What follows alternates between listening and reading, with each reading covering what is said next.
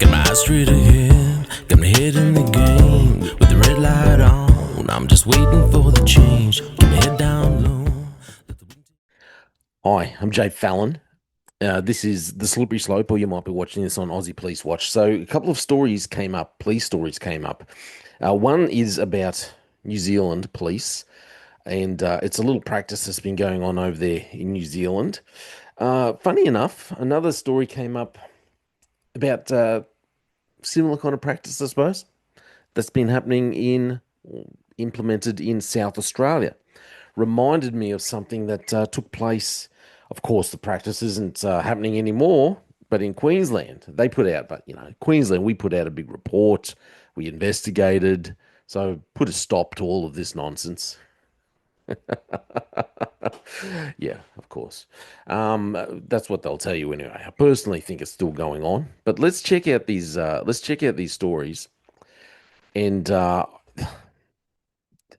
if you're wondering why I would want to talk about something like it's dangerous for everyone. If you're going to implement these kinds of practices for a police service, for a police force, it's dangerous. It's dangerous to do.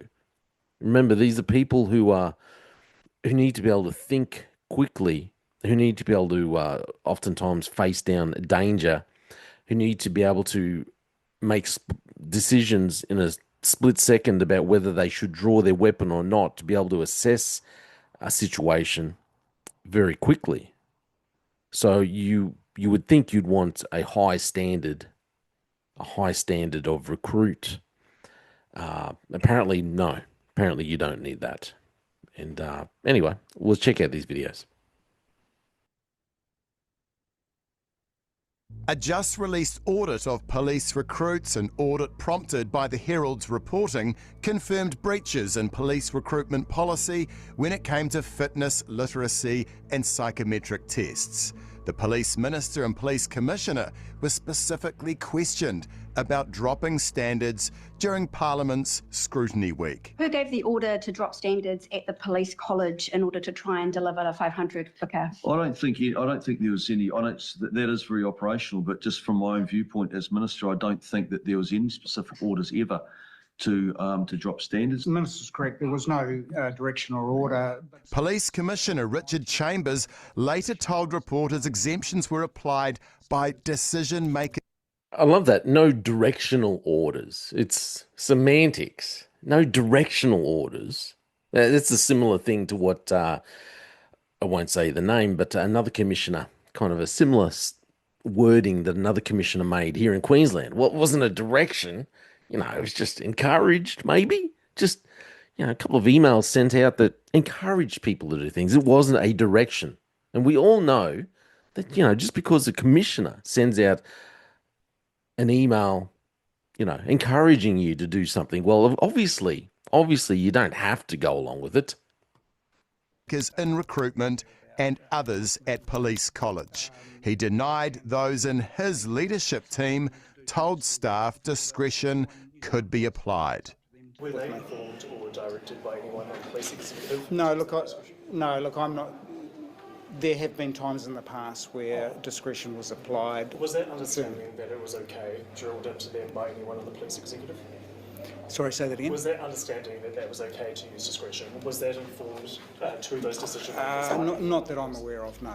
But the Herald can reveal Assistant Commissioner Jill Rogers, who's a front-runner to be Chambers' permanent deputy, did allow standards to be dropped for at least 2 applicants who didn't pass the fitness test. A police spokeswoman told the Herald, "We are searching available documentation to confirm this number." Labor's Ginny Anderson says that raises concerns about the minister's and the commissioner's public statements. Has the minister and commissioner misled the public? I believe that both the Minister and the Commissioner have not been upfront with New Zealanders about the process at the Police College, and this risks undermining the integrity of the New Zealand Police. I asked a straight up question during scrutiny week as to whether a direction or an order was given for recruits to be let through, and the answer from both the Minister and the Commissioner of Police was that that had not occurred. And now this information that's come to light seems to contradict that. The revelations come amid police efforts to hire an extra 500 frontline officers by November as part of government targets. What's happened is the government and the senior executive, they have gone through, caused havoc, made enemies of police, causing a lot of police to leave. And then they come back, a couple of years later, oh, look at this problem. It's all right. We'll fix the problem. Like I've done episodes before. The same people that caused the flipping problem come back and say, look, we've got the answer. We can fix it. That's the same thing that old Katerina and what's that fella's name? The minister I could not stand, Mark, whatever his name. Anyway, the old police minister here in Queensland. It's the same thing they did. They caused the problem. They had all these people leaving. They had to cancel recruit intakes, training. They had to cancel a couple of that were all booked in to start. I think it was the start of 2023, I think. And they had to cancel them because they didn't have enough people, enough applicants, which is why we are so heavily recruiting now from overseas, from international recruits. So here's what's happening now in South Australia. So back over the Dutch. So here we go. Listen to this. Are set to scrap spelling and numeracy tests. Sorry, I'll go back to the very start. I want to go to your state, Alex. The South Australian Police are set to scrap spelling and numeracy tests as part of the criteria for the Police Academy. The Police Minister, Stephen Mulligan, has said the change has been made, and I quote, in order to not knock back as many particularly young applicants. Now, here's a crazy thought, Alex, and I want you to hear me out on it. If you can't pass basic tests like spelling and math, maybe they shouldn't be applicants. Yeah, well, look, the first thing I'd say about this is this actually really shows the crisis that we've got in amongst policing. Amongst other departments we might have, we've got a ramping crisis here in South Australia at our hospitals, and this is just another one that this Labor government is struggling with and having problems with. And I mean, look, every time I talk to one of our hardworking police officers here, they tell me that, for example, they didn't want to be out asking people whether they're still at home during COVID and knocking on doors, telling people to put on masks and so forth. They were sick of doing those sorts of things. The police joined the police force to catch crims. So unfortunately, police were forced, a lot of police who went along with the mandates and stayed in the job at that time, they were forced to become enemies of the general public. It's all good as a police officer. You're thinking, well, I'm going to go out there and I'm chasing bad guys. I'm chasing criminals, people who are actually doing the wrong thing, doing illegal acts. But then when you're confronted with roles where you have to go out and confront people who are just trying to live a normal life and get through a very difficult situation, which no one really had any idea on how to work through at that time, and then you're treating people like criminals who aren't really, just because they want to go out and get a coffee without having to get a mask on, or just because the rules that the government have made up just yesterday aren't very clear and people aren't really sure on how they need to be behaving. And then you have neighbors dobbing on other people, treating everyone like a criminal. They made police officers at that time, they forced them into a role that a lot of them didn't want to be forced into, that they weren't comfortable doing. And because of this, you had a lot of people who ended up leaving. You had people who just didn't want to become potential recruits, thought, well, if this is the way policing's gone now, we don't want to be police officers anymore. And this is a problem that they've had. Queensland's had the same issue. Obviously, when Katerina Carroll and Mark Ryan were in, they made enemies of a lot of police. We had a lot of recruits who just no longer wanted to become potential recruits, no longer wanted to become recruits. We had recruitment intakes that were cancelled, training that was cancelled because of their inept decision-making. But then they turned around and said, oh, well, we've got the answer. We can fix this.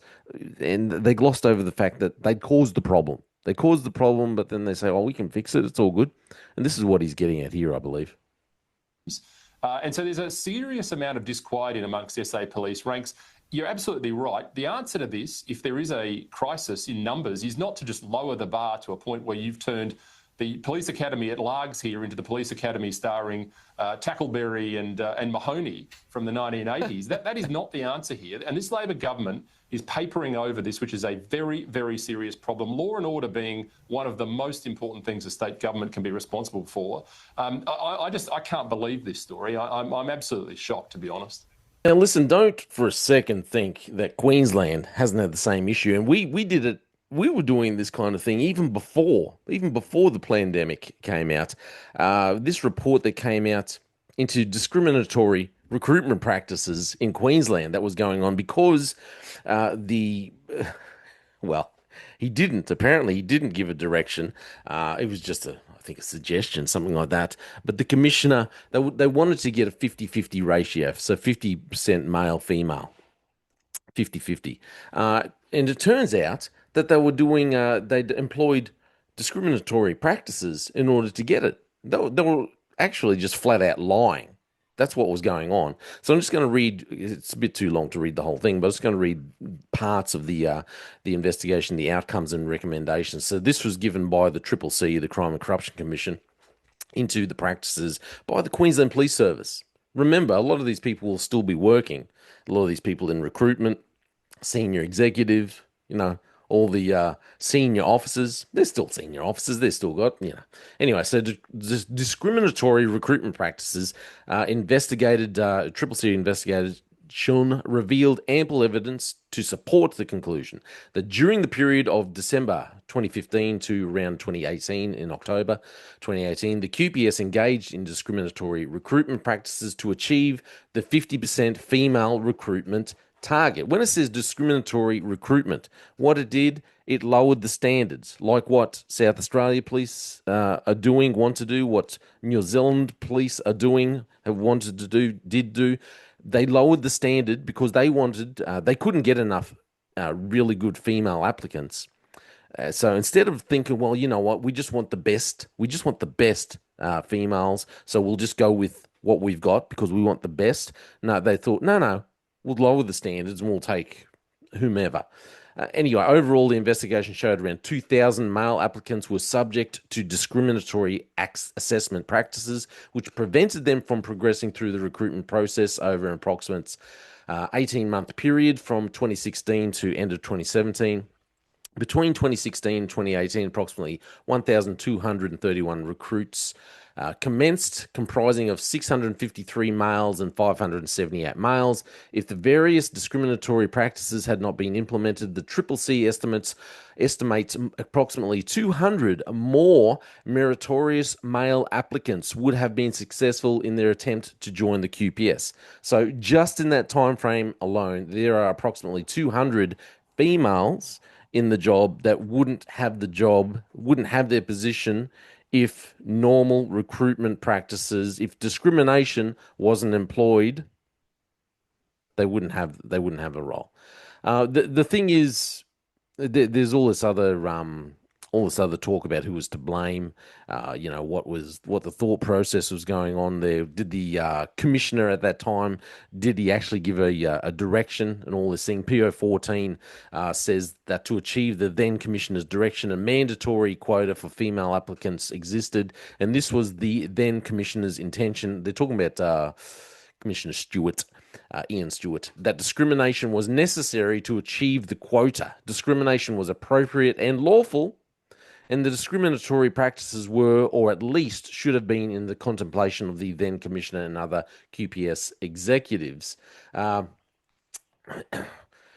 PO14 further states that in the absence of discriminatory practices, there is no way to translate 30% of female applicants into 50% of recruits. It was reasonable to expect that the then commissioner and other executives would have at least been aware that some level of discrimination in the recruitment of QPS applicants was required.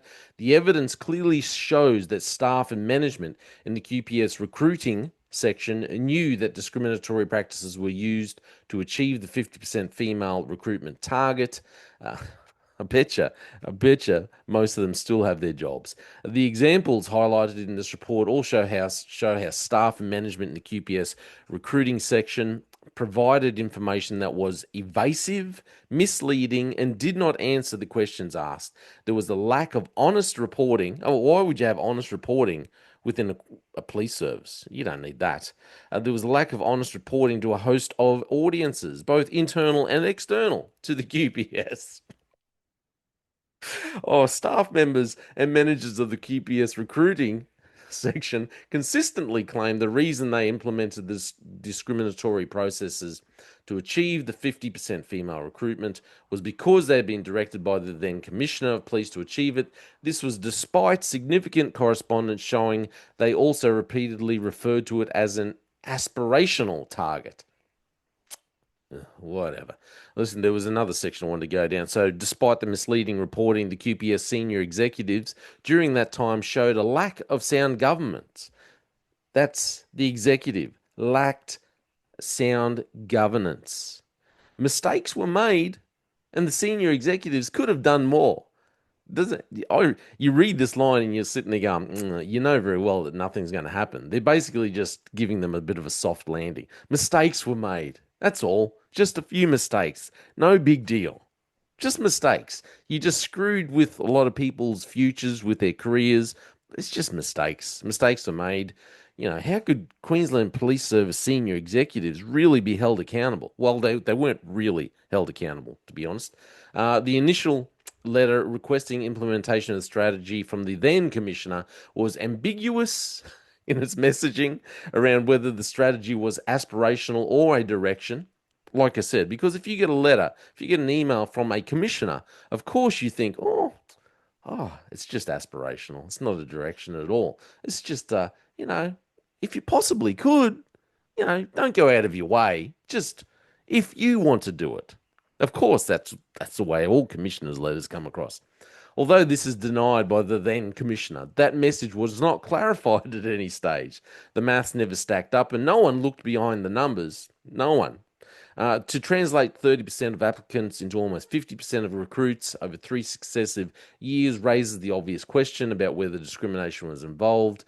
As one witness said, it failed a grade 4 math test. Well, if the standards are lowered in South Australia, grade 4 math tests aren't going to matter anyway.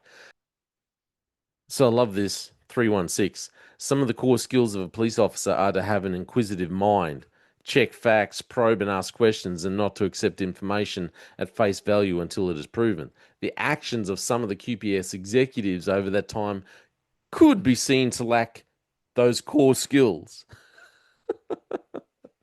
Anyway, look, just this one part more. Recommendations: criminal and disciplinary action. The Triple C concluded there was insufficient evidence to support criminal action against any person arising out of this investigation. So, in other words, all these things were done wrong, but we're not really going to make anyone accountable, truly accountable. Not really. I'm just talking about what happened in Queensland. For one, I think these practices are still in place.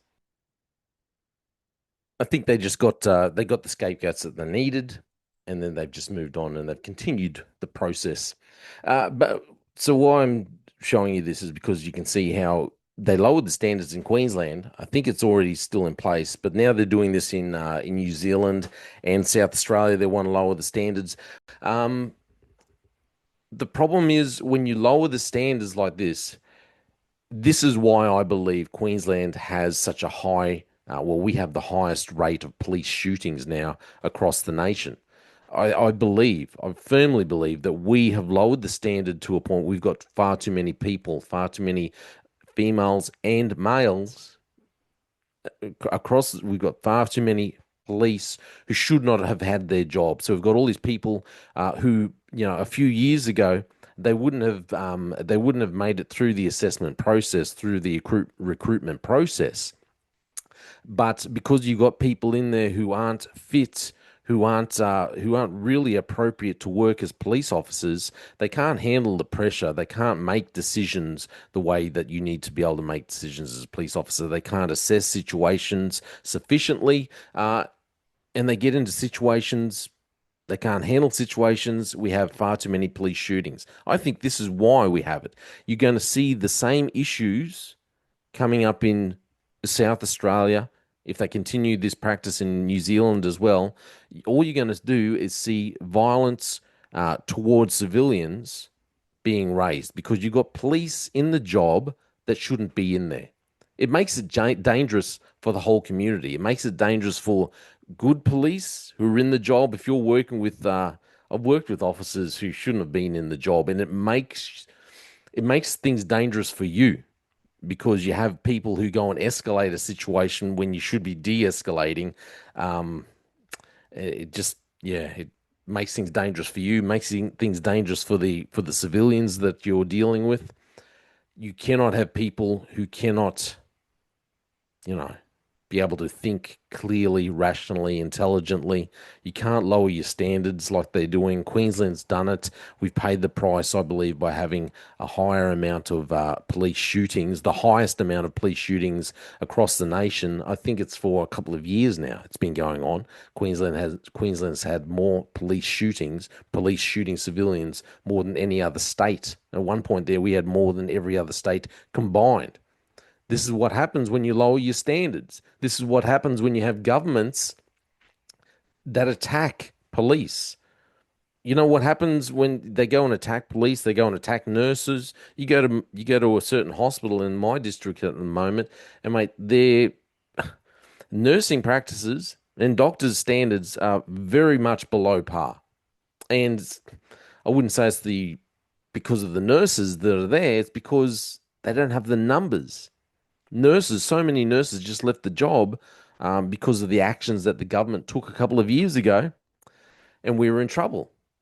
Governments went and made all these decisions. They screwed over the people that they're supposed to be serving, and then they try and say, oh, we can fix the problem by lowering standards. All you're doing is causing more problems. Anyway, this is all my opinion. Let me know what you think.